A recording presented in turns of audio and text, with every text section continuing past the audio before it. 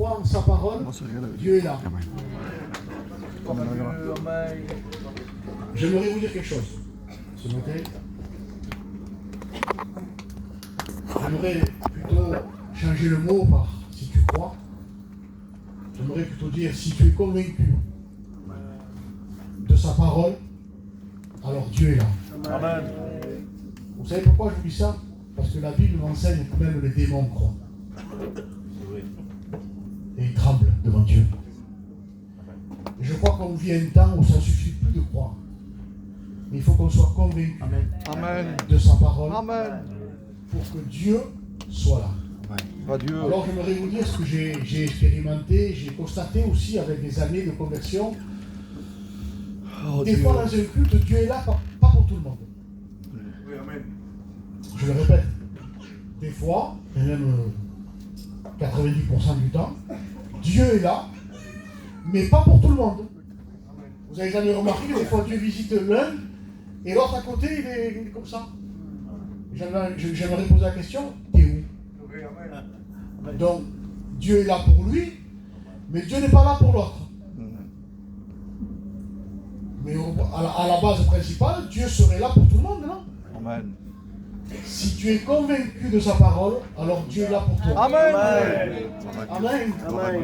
Est-ce qu'on est convaincu ce matin que Dieu peut nous parler? Amen. Alors, vous savez que maintenant, il est venu une nouvelle mode. Qui c'est qui prêche? C'est une nouvelle mode. C'est devenu moderne, ça.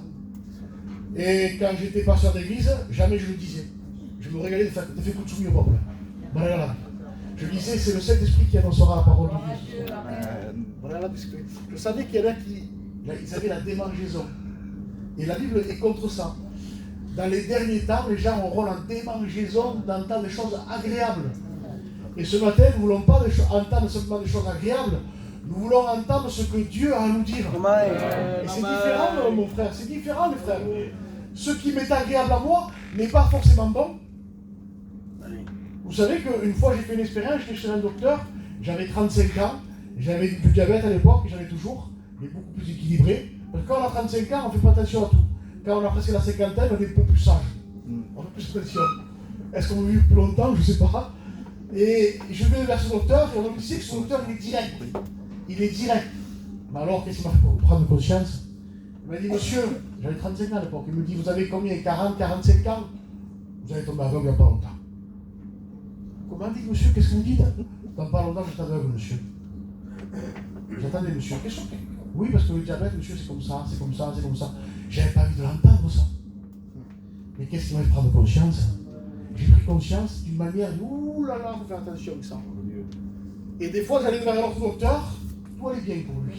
Tout allait bien. Par là, il te faisait aller à la tombe, celui-là. Très vite fait. Donc c'est lequel le meilleur? Mais celui qui dit la vérité. Celui qui nous dérange.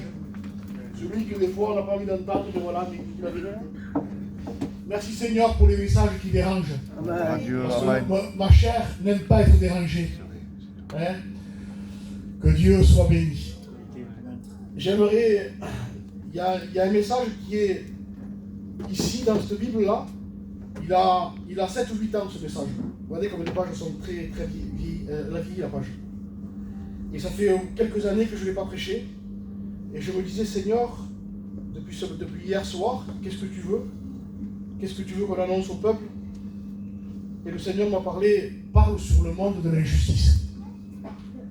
Vous savez qu'on vit dans un monde où la Bible dira, parce que l'iniquité sera accrue, l'amour du plus grand nombre se refroidira. Hein? Et nous vivons dans un monde d'injustice. Mais j'aimerais qu'on voit ensemble justement ce matin que dans le monde de l'injustice, Dieu y est aussi. Pourquoi Dieu y est aussi dans le monde de l'injustice? Eh bien, Dieu y est, Dieu s'y trouve quelque part. Il faut le découvrir. Hein? Nous, on voit directement dans le monde de l'injustice que du négatif. Eh bien, dans le monde de l'injustice, Dieu s'y trouve aussi quelque part, mais c'est à nous de le découvrir. Et on va le voir ensemble à travers la parole de Dieu, que tous les pas négatifs, dans le monde de l'injustice, au contraire, Dieu se sert de l'adversité, parfois, de l'un, de l'autre, même de la maladresse du pasteur. Ça peut arriver aussi. Un pasteur maladroit, ça peut arriver. Dieu s'en sert aussi pour nous perfectionner. Alors, bien sûr, pour les agneaux, pour ceux qui viennent de naître, la Bible dira, et c'est l'apôtre Saint Paul qui le dira, de ne pas devenir une occasion de chute pour nos frères, pour les agneaux qui viennent de naître. Mais pour les brebis, qui sont un peu plus anciennes, qui ont un peu plus de laine, qui peuvent donner de la chaleur aux autres aussi, eh bien, le monde de l'injustice, eh bien, peut nous perfectionner, les frères. Je vous promets que c'est vrai. Et vous voulez qu'on voie ensemble des détails de la Bible, pour qu'on voie, que je dire que ce n'est pas Jonathan qui l'a dit, mais c'est la parole de Dieu qui le dit. Alors, on va lire ensemble dans l'évangile de Luc, chapitre 18. C'est une parabole. Une parabole que, au premier abord, il nous parle bien sûr de l'intercession, de la prière. Et on l'a toujours interprété, toujours prêché. Moi, le premier, je l'ai toujours prêché dans ce sens-là, qui parle de la prière et ne point se relâcher. Mais on trouve dans cette parabole-là, eh bien justement, une veuve. Qu'elle va voir un juge inique. Et elle va lui dire, fais-moi justice de ma partie adverse. Donc, on voit très bien qu'il y a un problème avec, elle rencontre de l'injustice. On le lit ensemble. Jésus leur adressa une parabole pour montrer qu'il faut toujours prier, ne point se relâcher. Il dit, il y avait dans une ville un juge qui ne craignait point Dieu et qui n'avait d'égard pour personne, il n'avait aucun sentiment lui. Il y avait aussi dans cette ville une veuve qui venait lui dire, fais-moi justice de ma partie adverse. Pendant longtemps, il refusa. Mais ensuite, il dit en lui-même, quoique je ne craigne point Dieu et que je n'ai d'égard pour personne, néanmoins, parce que cette veuve m'importune, je lui ferai justice, afin qu'elle ne vienne pas sans cesse me rompre la tête. Le Seigneur ajouta, entendez ce que dit le juge inique, donc injuste. Un juge inique. Il n'est pas dit un juge unique. Des fois, on peut se tromper de mot. Quelqu'un de unique, c'est quelqu'un qui est un. Voilà, il est unique. Mais non, là, il est dit un juge inique. Ça veut dire à la base qu'il n'est pas juste. Inique. Le monde de l'iniquité. Parce que l'iniquité sera accrue, l'amour du plus grand nombre se refroidira. Vous avez compris? Alors il dit, le Seigneur ajouta, entendez ce que dit le juge inique. Et Dieu, ah que j'aime cette parole, ne fera-t-il pas justice à ses élus qui crient à lui jour et nuit? Et tardera-t-il à leur égard? Je vous le dis, il leur fera promptement justice. Amen. Amen. Pourquoi il dit promptement justice? Parce que Dieu n'aime pas voir son fils souffrir. Amen.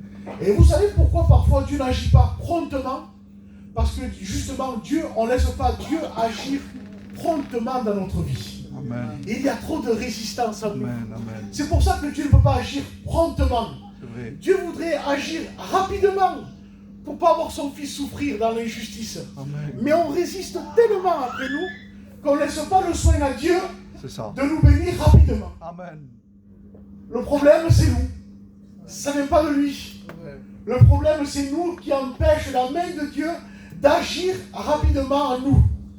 Alors, il dit... Ah, c'est grave quand même. Oui. En vérité, ça me fait peur. C'est vrai. Ça me fait peur. Je me pose des questions. Pourquoi des fois, Dieu n'agit pas rapidement dans ma vie par rapport à ma situation, par rapport à ce que je souffre? Pourquoi? Eh bien, posons-nous les bonnes questions. Est-ce que ce n'est pas nous qui empêchons Dieu Jésus, amen. d'agir rapidement dans notre maison? Seigneur, Alors, je continue la lecture. Je vous le dis, il leur fera promptement justice. Mais quand le Fils de l'homme viendra, trouvera-t-il la foi sur la terre? Alors, j'aimerais vous dire, frères et sœurs, ce matin, on va prendre le temps. J'ai dit à Lalo qu'il me laisse la place un peu plus bonheur. Adieu. Parce que des fois aussi, malheureusement, on prend trop de place dans les cantiques, dans les témoignages. Et je me suis rendu compte, j'étais pendant une semaine dans une mission, de donner trop d'hors d'œuvre à une personne, après il oublie le bachot. On s'est rendu compte, on a bien mangé nous, le dimanche matin. On a faim, quand on arrive midi, On a une faim, alors si on pêche sur l'agneau en plus, la faim, elle augmente de plus en plus. Un jour, j'étais à un culte et je me suis levé le matin, je n'avais pas déjeuné. Et le pasteur me prêche sur l'agneau, qu'il ne fallait pas le manger bouilli, mais rôti. Maman, une faim qui me... Je voyais l'agneau rôti devant moi. Hein? Et quand on sort à midi, plein de charcuterie, plein de salades, et qu'on s'attarde sur ça, eh bien l'agneau rôti, on oublie après. Alors on va oublier la salade, on va oublier l'hors d'œuvre, la charcuterie. Ça fait mal pour la santé, la charcuterie. On va aller directement au plat chaud. Amen. Que Dieu soit béni, Amen. que Dieu soit glorifié. Ce matin, on a besoin, eh bien justement, de parler de la parole de Dieu. Le monde de l'injustice a pour but de toucher deux vertus dans notre vie.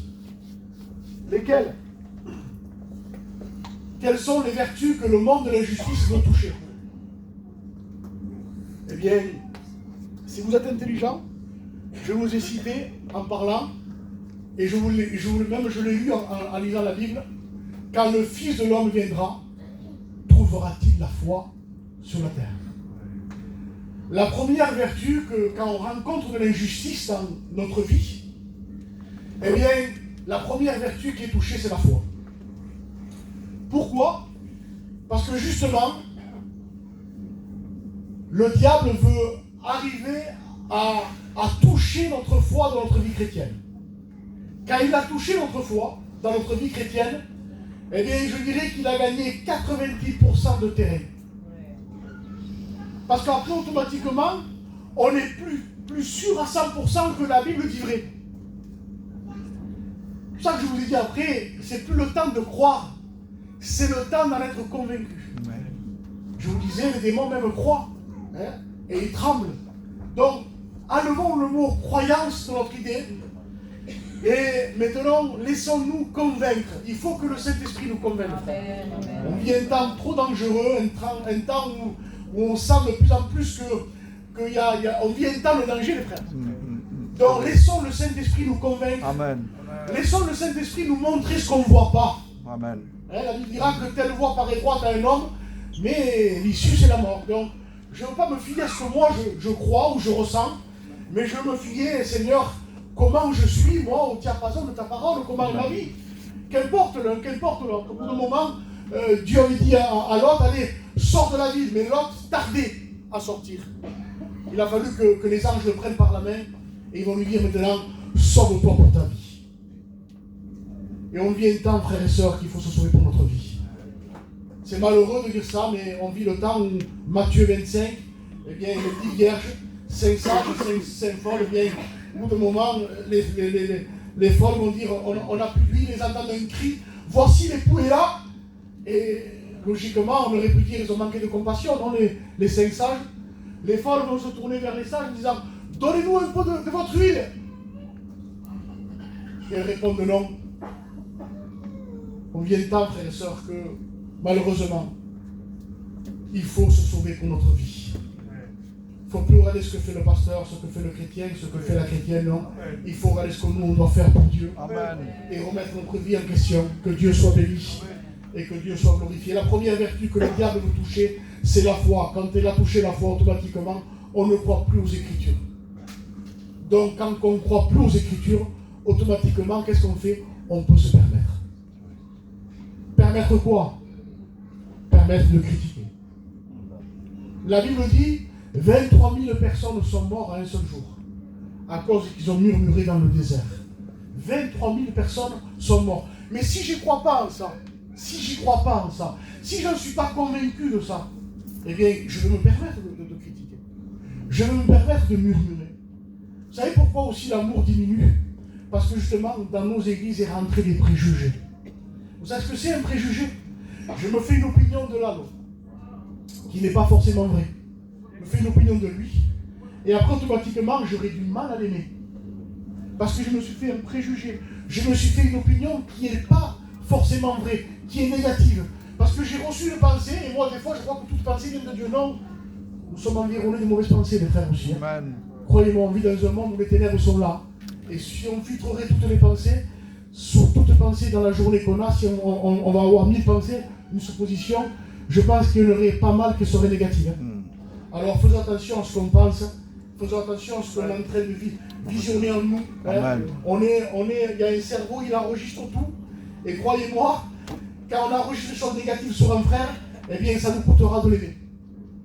Ça nous coûtera de manifester de l'amour.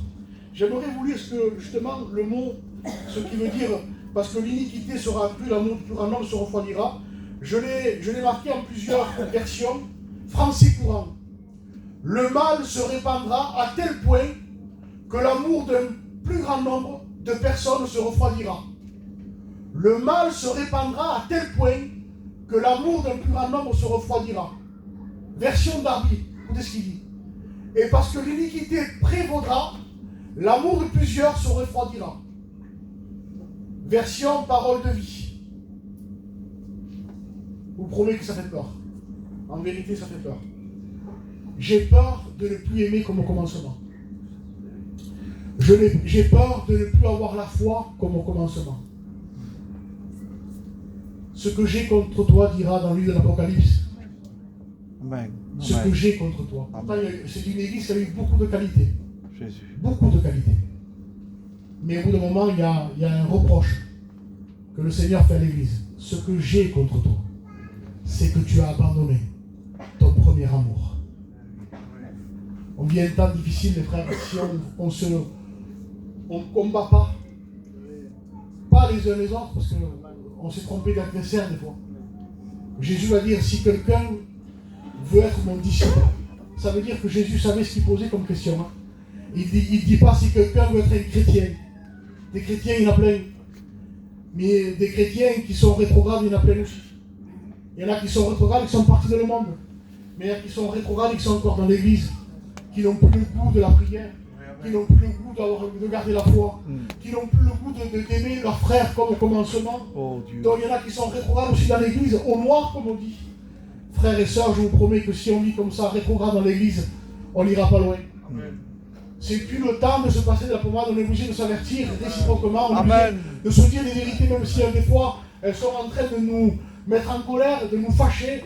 Qu'importe, le principal, c'est que je plie ma volonté. Amen. Je le disais ce matin, c'est dans le livre de Job, j'ai fait plier ma volonté aux paroles de ta bouche, ô Éternel. On a besoin de faire plier notre volonté. On vit dans un corps qui est contraire à la volonté de Dieu. La Bible dira que la chair ne veut pas et ne peut pas se soumettre à la volonté de Dieu. Donc j'ai besoin de faire plier ma volonté aux paroles de sa bouche. Amen. Amen. Que Dieu soit béni. Les deux vertus les plus touchées, c'est la foi et c'est l'amour. Alors on va rentrer dans le message. Ce matin, on va essayer de décortiquer ce que la pensée du Seigneur veut nous faire comprendre. J'ai marqué, nous vivons des injustices, et quand on vit des injustices, on prie. Fais-moi justice de ma partie adverse. Et quand Dieu tarde à nous répondre, intervient en nous un sentiment de douleur. C'est vrai ou c'est pas vrai? Quand on rencontre de l'injustice, au commencement, on prie. Et quand on voit que la chose n'est pas résolue de suite, eh bien, intervient en nous un sentiment de douleur, de souffrance. Et là, on ne prie plus après. On crie intérieurement. Vous n'avez jamais rencontré ça? Quand vous avez commis... Parce que des fois, nous aussi, on commet de l'injustice. Parce que souvent, on aime bien se mettre du côté de la victime. Je rencontre de l'injustice, et je souffre, et toujours c'est nous qu'on souffre. Mais des fois aussi, c'est nous qu'on commet de l'injustice aux autres aussi. C'est pour ça qu'il faut demander à Dieu de la clarté. Donne de la clarté à mes yeux, c'est pour que je comprenne, que Dieu soit béni. Alors j'ai marqué, vient à nous un sentiment de douleur, puis ensuite on ne prie plus, avec tant de ferveur, on souffre, on crie dans notre âme, jour et nuit. Comment est-ce possible de crier dans notre âme jour et nuit, frère et soeur? Comment est-ce possible? Pas possible de crier à Dieu jour et nuit. La nuit, moi je dors, cette nuit, moi je dors. Mais quand on passe par une injustice, quand on commence à souffrir, quand on commence à crier, la douleur, elle est jour et nuit dans notre âme. Même des fois, la nuit, vous vous réveillez et hop, vous repensez à la situation. C'est vrai ou c'est pas vrai? Oui. Vous repensez à la situation, vous dites, pas possible, ça me ronge même la nuit. Parce que la souffrance, elle n'est pas au niveau là, elle est au niveau de l'âme. La souffrance. Et justement, dans la souffrance, eh bien, j'aimerais vous dire, frères et sœurs, que Dieu s'en sert. Et nous, on n'en veut pas de la souffrance, on se dit, c'est diabolique. J'aimerais vous dire. Eh bien, la souffrance, Dieu s'en sert. Voulez-vous qu'on voie certains hommes qui ont souffert? Pourquoi qu'on se dise, je suis le seul à souffrir? Eh bien, on va voir ensemble dans... J'ai marqué, n'oublions jamais que Dieu était aux commandes de toutes les crises, même financières. Même dans, vous savez qu'il y a des gens qui souffrent quand il y a plus, ça arrive, quand il n'y a plus d'argent. Ça fait commencer à réfléchir, comment on va faire demain. Ça fait souffrir ça aussi, quand il n'y a plus de finances. Et bien même là, Dieu y est. Pour nous rappeler, vous savez pourquoi Dieu y est? Parce qu'à un moment donné, Dieu va dire à son peuple, il va dire, Israël, quand je t'aurai béni, ne m'oublie pas. Et David en reprend, le Seigneur ne me donne ni richesse et ni disette.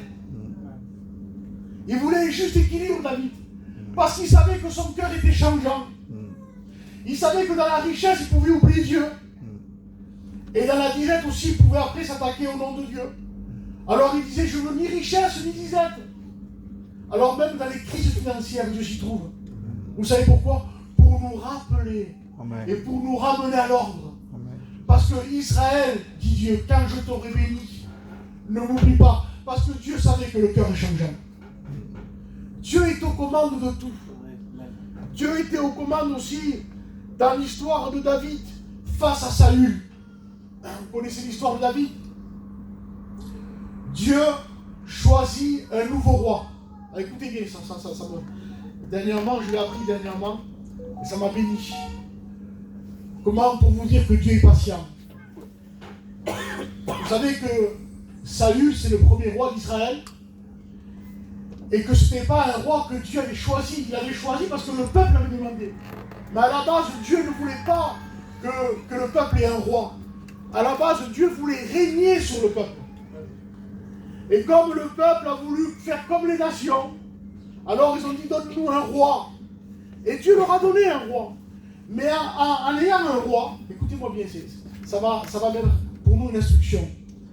Eh bien, le peuple s'est reposé après. N'a plus voulu que Dieu règne sur lui.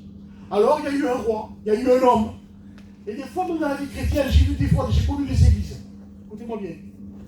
Quand il n'y avait pas de pasteur, l'église était bouillante pour Dieu. J'ai connu des gens comme ça, ou des gens dans le voyage. Ils n'avaient pas de pasteur, une époque, ils n'avaient pas de pasteur. L'église se tenait dans le jeûne, dans la prière, parce que justement, il n'y avait pas de pasteur, il n'y avait pas une fausse sécurité. Alors, elle se tenait devant Dieu. Mais quand le pasteur est venu après, il y a eu un relâchement. Terrible, hein? Nous voulons un roi.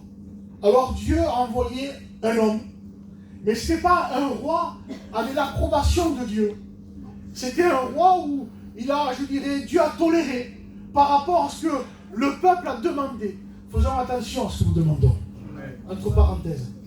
La Bible dira, vous demandez, mais vous demandez mal, dans le but de satisfaire vos passions. Faisons attention à ce qu'on demande à Dieu. Dieu n'est pas obligé de nous exaucer chaque fois qu'on demande quelque chose à Dieu. Parce qu'il y a des prières que Dieu n'exaucera jamais. Il y a des prières que Dieu met du temps comme on a lu là, le juge unique, pendant longtemps il refusa. Et parfois Dieu n'exauce pas de suite une prière, parce qu'il sait que s'il exaucerait de suite, eh bien, au lieu d'être moins une bénédiction, vous serez moins de trouble. Dieu sait ce qu'il fait. Amen. C'est vrai. Amen. C'est vrai. Alors, David rencontre de l'adversité par rapport à Saül. Vous savez pourquoi? Parce que justement, quand Saül est loin, au bout d'un certain temps, il commence à dérailler. Et quand il déraille, eh bien Dieu, comme il aime plus le peuple, ça a enregistré ça. Ça, c'est important de le dire. Dieu prend plus soin d'un peuple que d'un pasteur. Mais l'exemple est là. C'est que dès que Saül a commencé à dérailler, de suite, Dieu a voulu choisir David. Mais David est à l'abri. Il est dans un coin rejeté. À un tel point que quand l'homme de Dieu va vers la maison d'Isaïe, eh bien, Isaïe fait passer tous ses fils. Et au bout d'un moment, l'homme de Dieu dit, mais ils sont tous là. Et bien sûr, il faisait passer Eliab, l'homme carré, en disant, ça va être lui, le nouveau roi. Et David était en train de garder les brebis. Vous connaissez l'histoire? Caché dans un coin, et l'homme de Dieu dit, mais ils sont tous là, tes enfants. Oui, mais il y en a encore un, mais il est là-bas, dans un coin, jeté. Fais-le venir. Et quand il le voit, Dieu dit c'est là, c'est lui. Dieu dit c'est lui. Là où tous les gens avaient dit non, Dieu dit c'est lui. Follow-well, c'est lui le nouveau roi. Mais écoutez bien. Je l'ai appris il n'y a pas longtemps de ça. Le règne d'Israël, de Saül, a duré presque 40 ans. Pourtant, il avait été rejeté. Mais malgré qu'il était rejeté, il était toujours là. Logiquement, Dieu avait les regards sur Saül pendant au moins une semaine et 10 jours. Parce que ça marchait bien avec Saül. Mais au bout d'un moment, il a dérègle. Et pendant après 39 ans passés, c'est long 39 ans les frères. Il faut attendre 39 ans. Il faut les supporter les 39 ans. Avec un homme qui te ronge. C'est pas évident. C'est pas facile. Et moi je viens dans le foyer. Il faut le passer 39 ans avec une femme qui te ronge. Comment on fait là? Ou alors avec le mari qui te ronge. Il faut les passer 39 ans.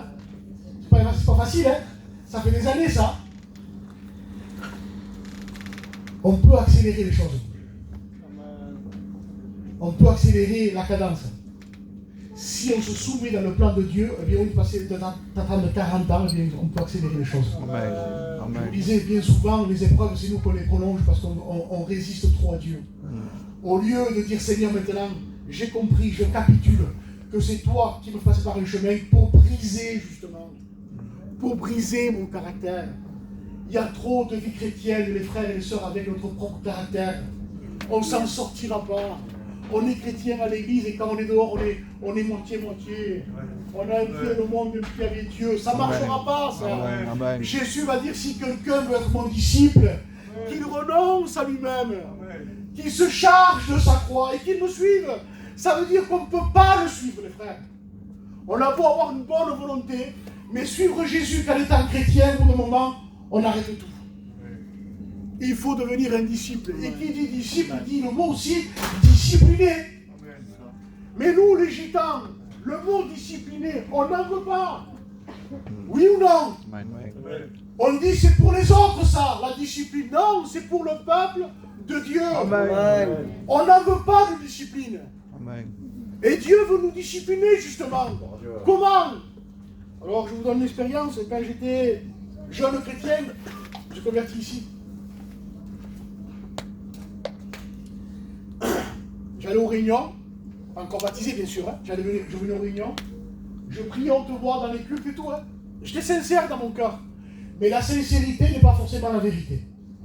On peut être sincère sur quelque chose, mais pas vrai, je confonds. J'étais sincère dans mon cœur.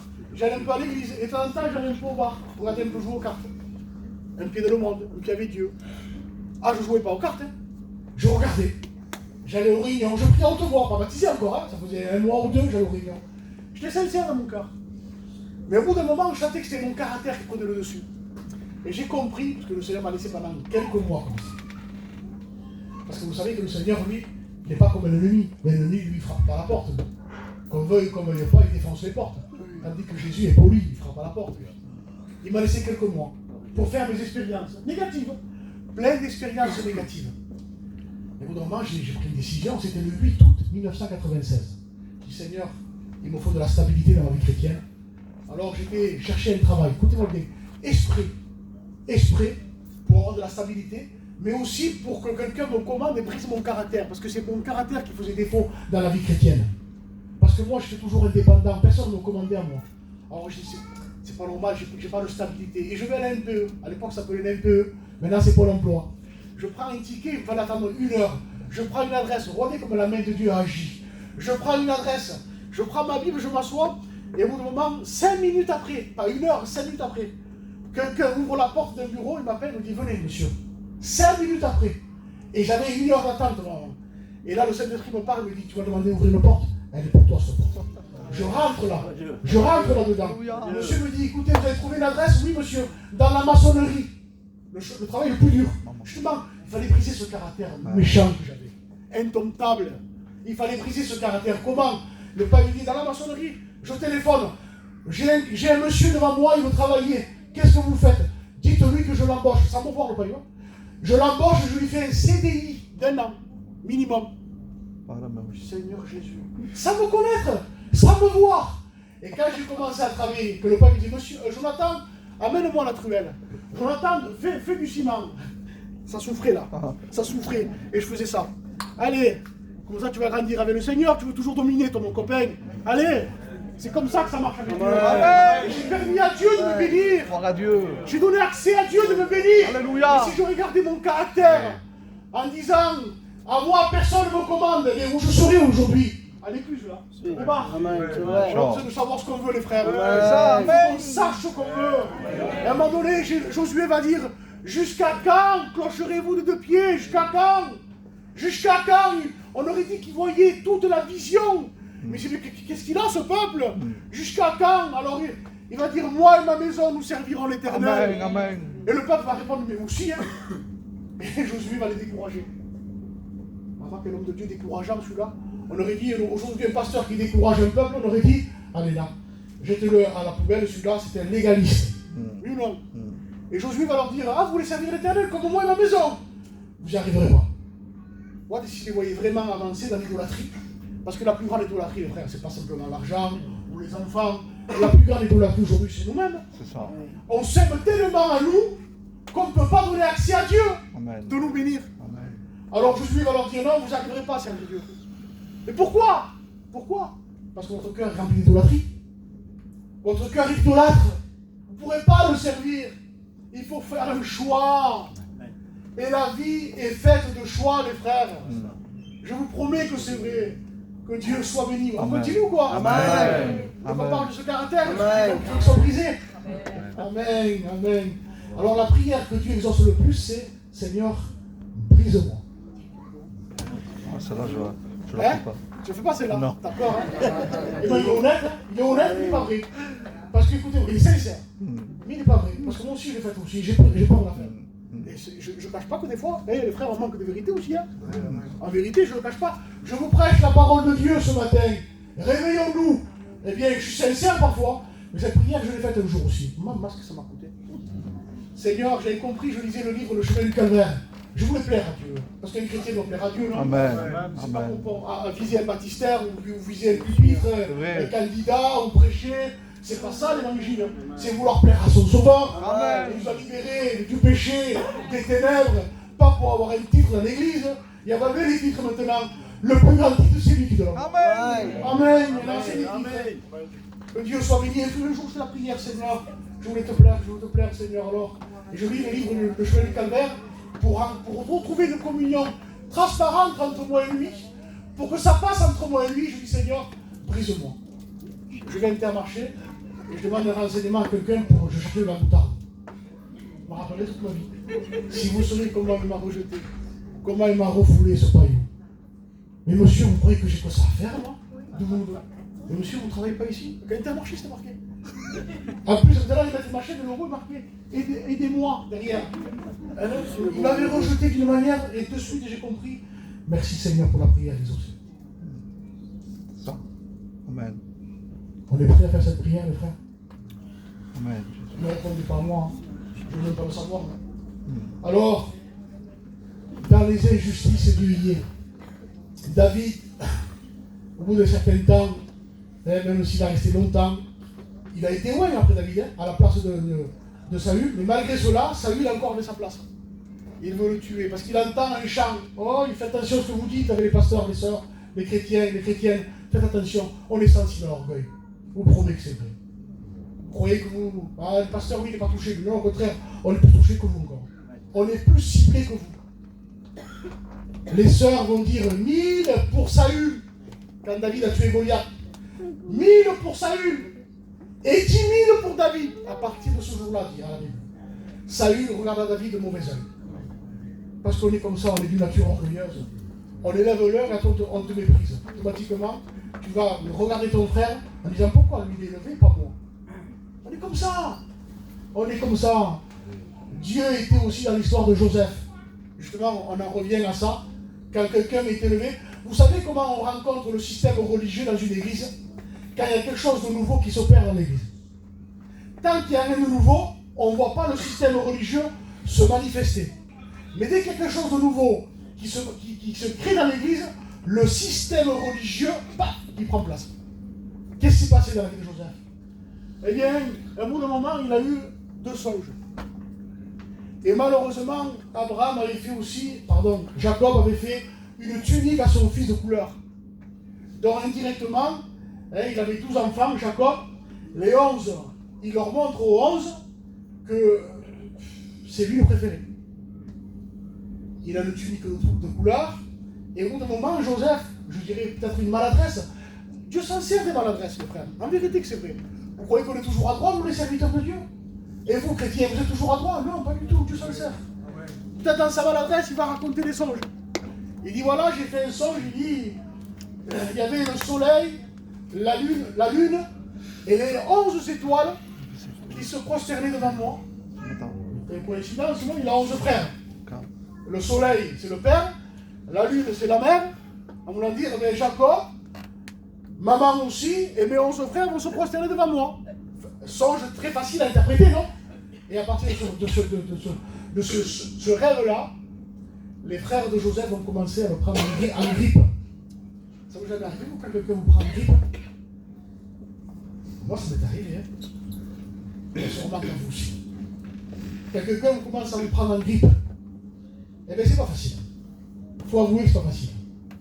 Et je comprends la veuve qui, à bout d'un moment, elle va dire fais-moi justice. C'est fatigant. J'en peux plus. En plus, non seulement j'ai pas de mari, je suppose qu'elle n'a pas d'enfant, je suis seul et on me fait en plus des injustices. Fais quelque chose, va. Ça vous aimerait vous dire Seigneur, fais quelque chose, il y en a assez. Amen. Et Dieu était dans l'histoire de Joseph. Dieu était aux commandes. Alors j'aimerais vous dire, frères et sœurs, ne vous découragez pas. Quand il vous arrive quelque chose d'injuste dans votre vie, dans votre maison, ne le prenez pas comme étant un échec. Alors tu vas me dire, pasteur, tu dis ça parce que tu ne sais pas par où je passe. Hein, c'est ça, non? Des fois, on se fait la demande la réponse. Pasteur, moi, ma maison, moi, tu saurais l'injustice que je passe. Alors tu ne parlerais pas comme ça, pasteur. Hein? Mais moi aussi, j'ai rencontré des injustices. Hein? Et on en rencontrera encore. Hein? Parce qu'on vit dans un monde d'injustice, les frères. Joseph est préféré à ses frères, au bout d'un moment, vous connaissez le guet-apens qu'ils y font. Son père, Jacob, va dire va donner à manger à tes frères. Et là, ils vont le trouver quand ils le voient de loin tout seul. Ils sont en train de faire un complot contre lui. Les complots maintenant, c'est plus avec les armes. Hein. Parce que maintenant, c'est démodé ça. Les gens ils ont trop peur de la police. Frapper quelqu'un pour qui je vais passer.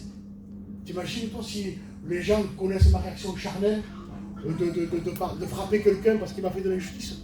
Quand je suis tombé, tu frappes quelqu'un, je suis tombé, non? Ça y est, il est tombé le frère. Eh bien, laissez-moi vous dire qu'on peut avoir un mauvais moment et ne pas avoir encore tombé. Mais oui. Comment, pasteur, tu encourages les chrétiens à frapper les uns les autres? Oui, de là. Mais je veux dire par là qu'on se connaît, on sait qui on est. Oui. Aujourd'hui, on est gentil. Demain, même dans une heure, on sort du culte, quelqu'un nous fait faux boire avec la voiture. Ou alors on nous parle mal et on peut sortir des griffes, je vous promets. Je vous promets qu'on est comme ça. On est d'une nature adamique, les frères. On est d'une nature mauvaise.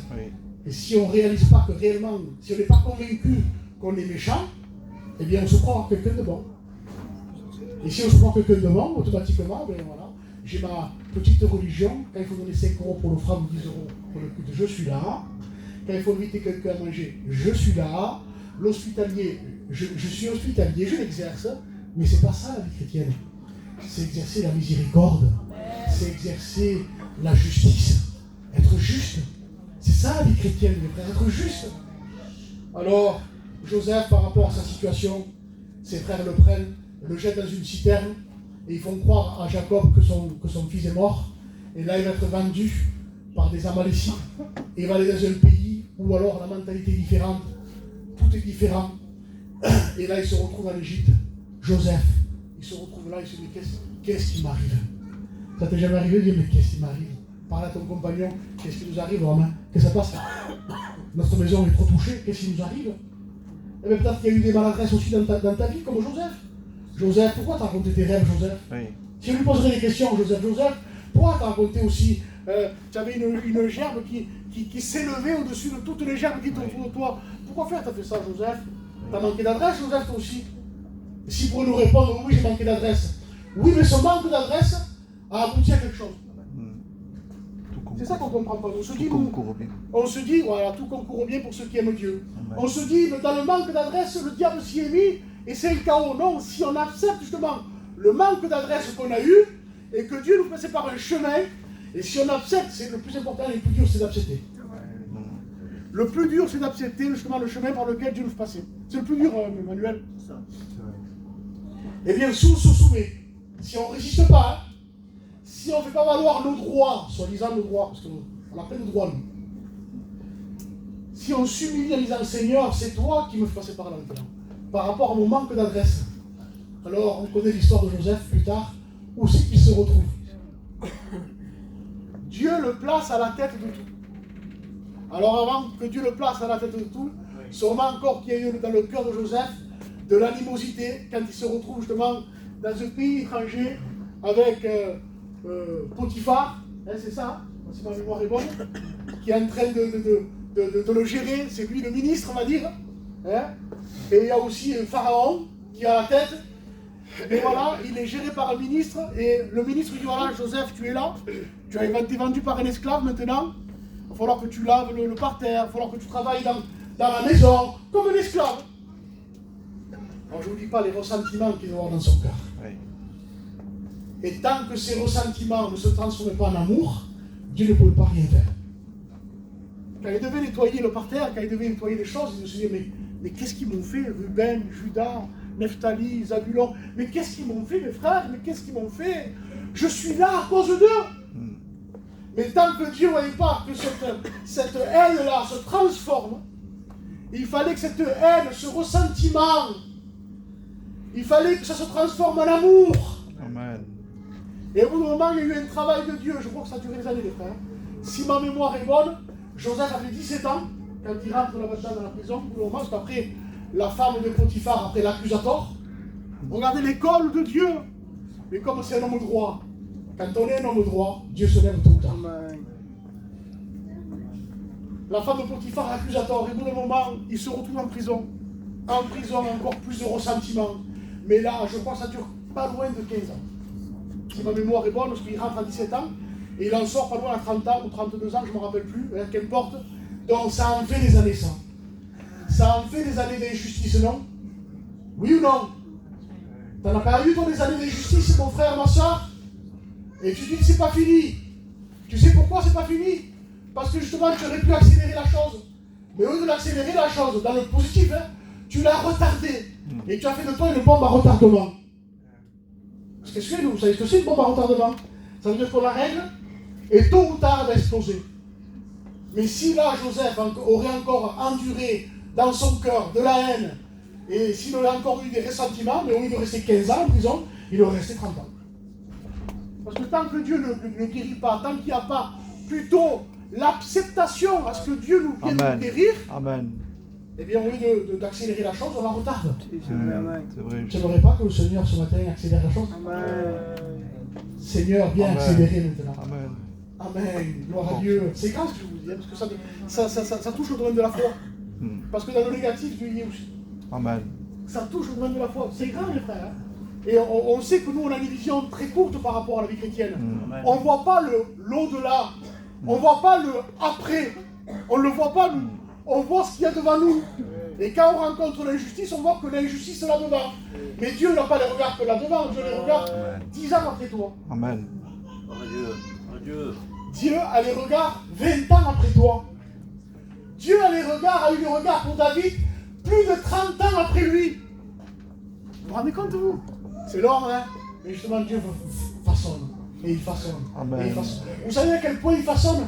À ce que, comme dira la parole de Dieu, si le grain qui est tombé en terre, si le grain qui est tombé en terre, alors nous on est tombé juste en terre, c'est tout. Mais la Bible continue, ne meurt. Et voilà, le problème il est là. Le problème, les frères, parce qu'on n'est pas morts nous-mêmes. On veut être des chrétiens. Des chrétiens, oui, mais les disciples, non. Si le grain qui est tombé en terre, il ne meurt, alors il ne porte aucun fruit. Mais si le grain qui est tombé en terre meurt, c'est quoi mourir? Seigneur, la situation ne me regarde plus. Je ne revendique plus Dans mon foyer, ça va mal, Seigneur. La situation, je la dépose à tes pieds. Je suis ton fils, non? Vous savez que vous avez le droit de dire à Dieu, Seigneur, je suis ta fille, non? Vous savez ce que j'ai dit à Dieu dernièrement, mes frères? Seigneur, ma maison t'appartient, mais mon fils, non. J'ai rappelé à Dieu, comme si on avait besoin de rappeler à Dieu, mais j'ai lu dernièrement dans un psaume, David, il dit, Seigneur, souviens-toi. Amen. Et j'ai rappelé à Dieu, Manuel, Seigneur, Oh, Dieu. souviens-toi que mon fils fait partie de la promesse. Alléluia. Amen, amen. Rappelle-toi, Seigneur, Oh, que Dieu. mon fils fait partie de la promesse. Alléluia. Depuis qu'il est né, je prie pour lui, Seigneur. Souviens-toi, Seigneur. Tu as Amen. le droit dans ta situation, ma soeur, mon frère, de rappeler à Dieu, Seigneur, je suis ta fille. Hein.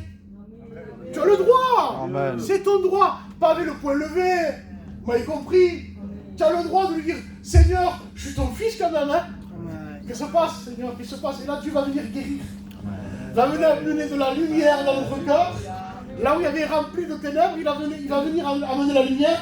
Et il va nous dire, à moi, je m'attends, je voulais accélérer la chose. Mais c'est toi-même qui l'as retardé. Alors maintenant, tu as compris avec les années, Jonathan, qu'il faut que tu meures à toi-même et que tu me laisses faire. Amen. Laissez faire Dieu. Est-ce que c'est facile, mes frères? Pose une question. Non. Soyons honnêtes. Non. C'est très difficile, C'est vrai. C'est vrai. mais c'est pas impossible. Amen. C'est très difficile parce qu'on veut réagir. On est comme ça. Dieu était dans l'histoire de Joseph. Hein, après, quand Dieu le justifie, hein, il est en prison. Après, Dieu le fait sortir parce qu'il y a eu un songe justement, et Dieu le fait sortir parce que Dieu se souvient toujours de ses fils. Hein, et au moment qu'il faut, il le fait sortir, il le fait régner après. Il règne. Vous comprenez? Il a tellement passé par l'école de Dieu, par le chemin du brisement, qu'au bout d'un moment, lui, Dieu dit maintenant, c'est mon serviteur. Celui-là, il a connu la souffrance. Parce qu'une vie chrétienne sans souffrance n'existe pas. Il a connu la souffrance. Il sait maintenant comprendre celui qui va souffrir. Il comprendra celui qui va souffrir. Ça vous rappelle rien, ça? C'est d'un tel souverain et sacrificateur qu'on avait besoin. Qu'il a été sujet à la souffrance. Jésus. Amen. Afin de comprendre aussi ceux qui passent par la souffrance. Amen. C'est d'un tel souverain sacrificateur qu'on avait besoin. Alléluia. Parce que lui aussi a souffert. Et il sait très bien comprendre celui qui souffre. Amen. Amen. Alléluia. Que Dieu soit béni. Alors Joseph s'est mis à régner. Après, quand il règne, Dieu lui a donné toute la sagesse qu'il fallait. Amen. Que Dieu soit béni. C'est quelle heure? 11h30. On voit encore un autre point. Voulez-vous qu'on le voie ensemble? Ouais. Voulez-vous que le Seigneur nous montre un peu plus de lumière? Ce qui est caché là qu'on ne voit pas. Vous voulez que ça rentre? Amen. Amen. Parce qu'il y a des choses avec les années qui sont enfouies. Hein. Oui ou non? Il y a des choses qui sont enfouies avec les années, cachées. Et que même nous, on dit à Dieu, Seigneur, je veux pas que ça ressorte. Parce qu'on a pris position. Oui, mais ta position que tu as prise te fait souffrir. Donc là, il est temps d'abandonner les armes de la rébellion. Dieu était aux commandes dans l'histoire de Jonas. Jonas va à Ninive. Et lui, il s'en va en Espagne, à Tarsis. Jonas va à Ninive. Il y a un peuple qui ne sait pas distinguer ni la droite ni la gauche. Il faut que tu ailles... Non, il ne veut pas y aller. Têtu. Obstiné. Vous savez ce que ça veut dire le mot obstiné? Ça veut dire faire qu'à sa tête. Ça ne vous parle pas, ça, des fois? On n'est pas un petit têtu? Amen. Un jour, j'ai posé la question à un oncle. J'ai dit pourquoi? J'ai dit la vérité. J'ai dit l'insigne que nous, on a. Hein, vous savez que notre insigne, nous, les obus, l'âne, hein, catalan. Et j'ai dit pourquoi quand même l'insigne espagnol?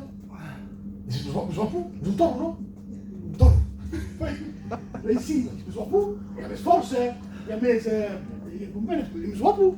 Qu'est-ce que c'est l'insigne qu'on a mis à Perpignan, le catalan? C'est besoin pour, hein? Mais tu aussi, mais spera. Ça que torno, te mes forze. Ma mi spite, aspetta.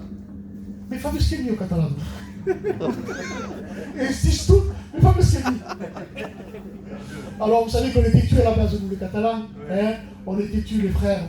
Arrêtons d'être têtus. Amen. On est obstinés sur une pensée. C'est comme ça et pas autrement. Eh bien, comme on dit, il n'y a que les idiots qui ne changent pas d'avis.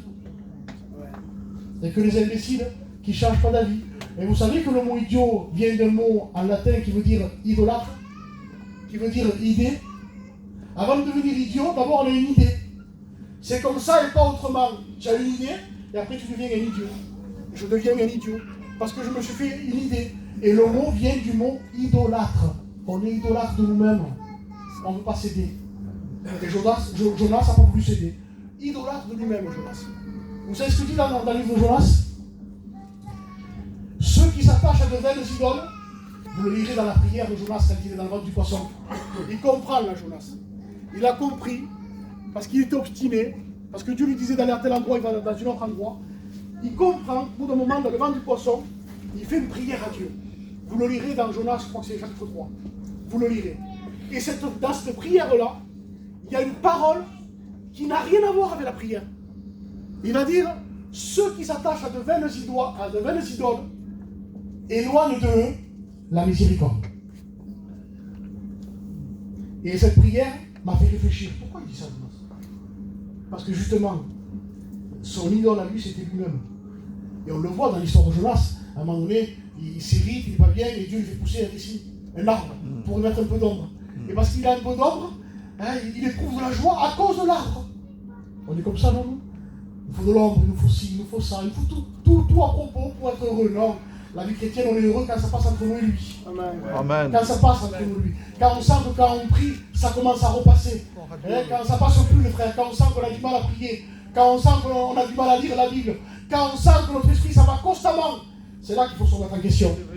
Amen. Alléluia. Alors, dans sa prière, il est dans le ventre du poisson, il sait qu'il va mourir, alors il va dire, Seigneur, j'ai compris que je me suis attaché à de vaines idoles qui étaient moi. Et qu'en m'attachant à moi-même, Seigneur, j'ai éloigné de moi la miséricorde envers le peuple que tu voulais sauver. Alors le Seigneur le ramène sur le rivage, et Jonas est sauvé, et là il va faire ce que Dieu lui commande. Dieu est aux commandes de tous les frères. Dans nos inquiétudes, dans nos soucis, dans nos incompréhensions, dans un tunnel par lequel on passe, Dieu est encore aux commandes. Même si on ne comprend pas tout, Dieu est encore aux commandes. Amen. Que Dieu soit béni. Dieu était aux commandes aussi dans l'histoire des apôtres. L'église mère était à Jérusalem. Et les apôtres se régalaient à Jérusalem. Ils ne voulaient plus partir de Jérusalem. Et au bout d'un moment, c'est pas le diable qui envoie la persécution. C'est Dieu. Et là, ça me fait peur. Quand c'est le diable qui m'attaque, eh bien, je suis à qui me tourner. Je me tourne vers Dieu. Et Dieu est mon secours. Et là, Dieu est plus fort que le diable. Amen. Mais quand c'est Dieu qui envoie la persécution, parce que justement, je suis dans un chemin qui n'est pas correct. Alors, vous voulez comprendre pourquoi Dieu a envoyé une persécution à Jérusalem? Pour que les apôtres se dispersent. Parce que justement, il y avait une telle richesse en eux. Écoutez bien ça, les frères. Il y avait une telle richesse en eux. Vous portez, la Bible dira, vous portez ces trésors dans des vases de terre. Oui. Amen. On porte un trésor, les frères. Amen. Mais ce trésor n'est pas pour rester toute notre vie dans notre endroit, nous. Amen. Amen. Alors, Jérusalem, c'était la possession de la paix. Tous les apôtres voulaient rester à Jérusalem, l'église mère. Et Dieu dit non, non, non. Il y a une telle richesse en vous qu'il faut que je vous envoie une persécution. Ah, c'est Dieu qui envoie tout le monde. Dieu envoie une persécution pour qu'ils se dispersent de Jérusalem. Quelle est la première persécution? Étienne, lapidé. Persécution. Là, les gens commencent à dire qu'est-ce qui se passe? On est là pour annoncer la parole de Dieu. On est là pour apporter le message de l'évangile. Première prédication, 3000 âmes. Deuxième prédication, 5000 âmes. On est en train de révolutionner le territoire d'Israël. Et là, Dieu nous dit, il faut partir. Oui, pourquoi il faut partir? Parce que justement, en vous, il y a un trésor. Amen. Amen. Et ça, il faut la foi pour le comprendre. Jésus. Si tu n'as pas la foi, tu ne comprends pas ça. Et justement, après, quand ils se dispersent, chacun exerce son ministère comme Dieu le voudra. Et là, non pas comme nous on veut. Je disais hier à Lalo, je disais Lalo, Dieu t'a envoyé ici. Profite du temps que Dieu te donne. Amen. Amen. Quand c'est Dieu qui nous utilise, les frères, on est utilisable entre les mains de Dieu après. On devient maniable entre les mains. Que c'est beau, Seigneur. On est ouvrier avec Dieu. Amen. Mais vous vous rendez compte, vous? Vrai, amen. Ouvrier dans son œuvre avec Dieu. Amen. Ah, ça nous échappe, ça. Alors Dieu a envoyé une persécution et ils ont fait le travail de Dieu partout. En Samarie, en Judée, à Antioche, pas rien qu'à Jérusalem, partout après aux alentours. Il est temps, mes frères, de réaliser qui nous sommes. Nous ne sommes pas n'importe qui. La Bible dira, nous sommes le temple du Saint-Esprit, l'habitation de Dieu. Oh Dieu, Amen. Il Jésus. faut qu'on comprenne que même dans les injustices de la vie, Dieu est aux commandes. Gloire à Dieu. Et pour accélérer la chose, pour que le Seigneur mette un arrêt aux injustices, il faut qu'on se soumette, qu'on capitule. Pas qu'on revendique. Oui, d'accord, mais s'il y a le mais encore en toi, tu vas perdre encore des années. Oui, mais ne cherche pas. Il y a des choses qui ne te regardent pas, qui ne me regardent pas. Vous savez ce que disait le roi David et on priait le Seigneur? Le psaume 131. Seigneur éternel, je n'ai ni un cœur qui s'enfle, ni des regards hautains. Il dit, je suis comme un enfant sevré auprès de sa mère. Et vous savez pourquoi? Il dit, parce que je ne m'occupe pas des choses trop grandes pour moi. Tu veux être comme un enfant sevré? Retrouver la paix dans ton foyer? Retrouver l'harmonie dans ton foyer? Arrêtons de nous occuper des affaires qui ne nous regardent pas. Occupons-nous de nos propres maisons et ça suffit. Voulez-vous compris le Seigneur? Amen. Allez, tu commences à prier. Te bénissons, Seigneur. Nous te remercions pour ta parole. Que ta parole nous enseigne, Seigneur, que tu es avec nous. Que peu importe la situation, peu importe la difficulté, Seigneur, peu importe le problème, tu es là, Seigneur. Amen. Et nous avons toujours la victoire en toi, Seigneur. Tu te sers, Seigneur Jésus, de nos fautes pour nous bénir. Alors, Seigneur, nous voulons te faire confiance. Amen. Amen. Seigneur, nous voulons te regarder à toi. Nous voulons, Seigneur Jésus, que tu façonnes nos cœurs. Gloire à Que tu Dieu. façonnes nos vies, Seigneur. Nous voulons être, Seigneur, comme toi tu le veux. Malgré, Seigneur Jésus, que je ne le suis pas. Jésus, Mais c'est je voudrais de vrai. tout mon cœur, Seigneur, Amen. te glorifier dans les épreuves. Te glorifier, Seigneur Jésus,